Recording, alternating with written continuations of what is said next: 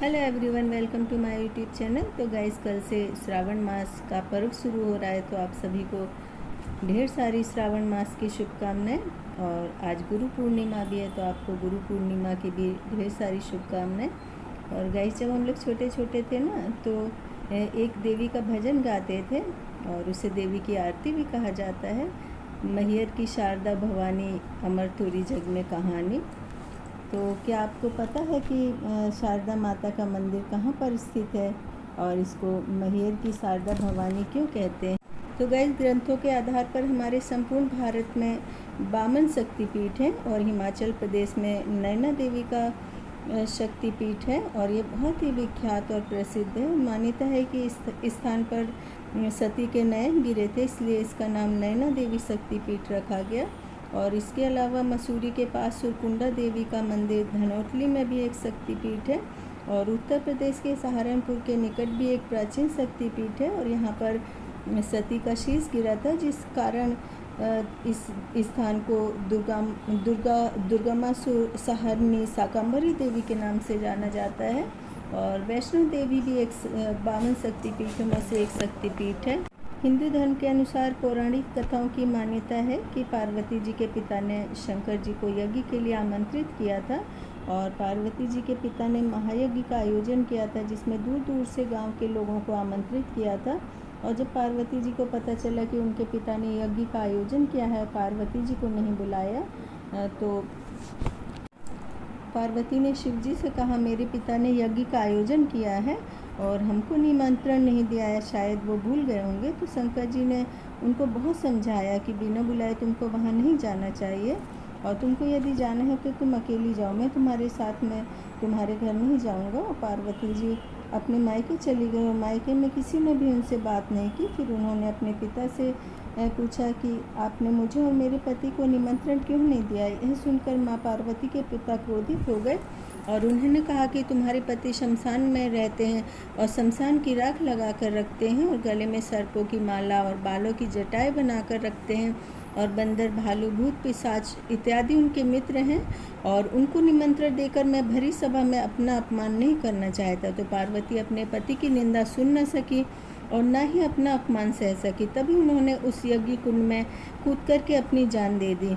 और सेनापति ने जब शंकर जी को यह सूचना दी तो शिव जी यज्ञ सभा में क्रोधित होकर के दौड़ते दौड़ते आए और उन्होंने सती के जलते हुए शरीर को अपनी गोद में लेकर के तांडव करना शुरू कर दिया और संपूर्ण पृथ्वी लोक में भूचाल आ गया। और जहाँ जहाँ भी सती के शरीर के अंग गिरे, वहाँ वहाँ पर शक्तिपीठ बनाए गए और कहा जाता है कि मैहर में माँ सती का हार गिरा था, इसलिए इस शक्तिपीठ का नाम मैहर रखा गया है। और यह मंदिर सतना जिले में स्थित है और सती के शरीर के टुकड़े 52 स्थानों में गिरे, उन सभी स्थानों पर शक्तिपीठ की स्थापना की गई। और इस मंदिर को लेकर भी काफ़ी सारी पौराणिक कथाएं हैं। कहा जाता है कि मंदिर के पीछे एक तालाब है और उस तालाब में आला उदल रहते हैं और वह उस नदी में स्नान करके देवी के मंदिर में जासमीन के फूल चढ़ाते हैं और पूजा करते हैं और आला उदल माँ के परम भक्त थे। कहा जाता है कि रात्रि में मंदिर के कपाट बंद हो जाते हैं, पुजारी भी मंदिर से चले जाते हैं और जो भी व्यक्ति रात्रि में मंदिर के भीतर रुकता है, सुबह इसकी मृत्यु हो जाती है। और आला उदल के रहस्य को अभी तक कोई नहीं बता पाया है और इसको दूसरा वैष्णव देवी का मंदिर भी कहा जाता है और इस मंदिर में भक्तों की बहुत ज़्यादा श्रद्धा होती है। वैसे तो प्रतिदिन बहुत सारे श्रद्धालु देश विदेश से यहाँ पर आते हैं, लेकिन 9 दुर्गों में अर्थात नवरात्रि के 9 दिनों में यहाँ पर भक्तों की अपार भीड़ रहती है और भक्तों की अपार श्रद्धा भक्ति रहती है।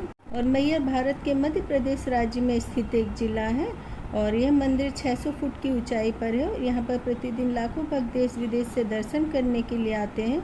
और मान्यता है कि माता सती का हार चित्रकूट पर्वत पर गिर गया था, इसलिए इस जगह का नाम मैहर पड़ा, जहाँ धीरे धीरे मैहर शहर का विस्तार किया गया। मैहर राष्ट्रीय राजमार्ग रीवा संभाग से 65 किलोमीटर दूरी पर है और सतना से 34 किलोमीटर की दूरी पर है। और माँ शारदा के बगल में प्रतिस्थापित नरसिंह देव जी की पाषाण मूर्ति लगभग 1500 साल पुरानी है और इन मूर्तियों को शंख संवत 424 चैत्र कृष्ण पक्ष पर 14 तारीख मंगलवार विक्रम संवत 559 अर्थात 502 में स्थापित किया गया था और शारदा माता का मंदिर मैहर रेलवे स्टेशन से 6 किलोमीटर की दूरी पर स्थित है और मैहर रेलवे स्टेशन पश्चिम मध्य रेलवे के कटनी और सतना स्टेशनों के बीच स्थित है और मैहर कटनी और सतना जंक्शन के बीच स्थित है एवं जबलपुर रेलवे स्टेशन मैहर से 152 किलोमीटर दूर स्थित है और यहाँ पर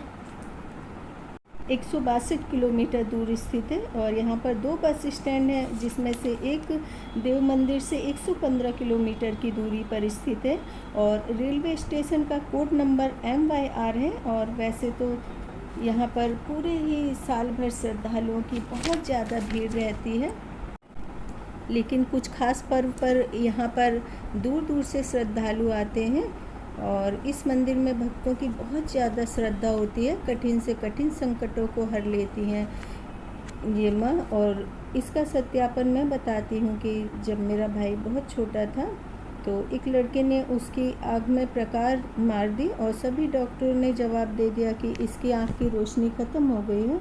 और तब मेरी मदर ने मानता मांगी कि भाई की आँख सही हो गई तो शारदा माता के मंदिर में चांदी की आँख भेंट करेंगे और भाई की आँख का ऑपरेशन हुआ। डॉक्टर को भी यकीन नहीं था कि मेरे भाई की आँखों की रोशनी वापस आ जाएगी और माँ शारदा के आशीर्वाद से मेरे भाई की आँखों की रोशनी वापस आ गई। तो गाइस, इस तरह की पौराणिक कथा और धर्म से संबंधित विचारों का ऑडियो सुनने के लिए मुझे सब्सक्राइब करें।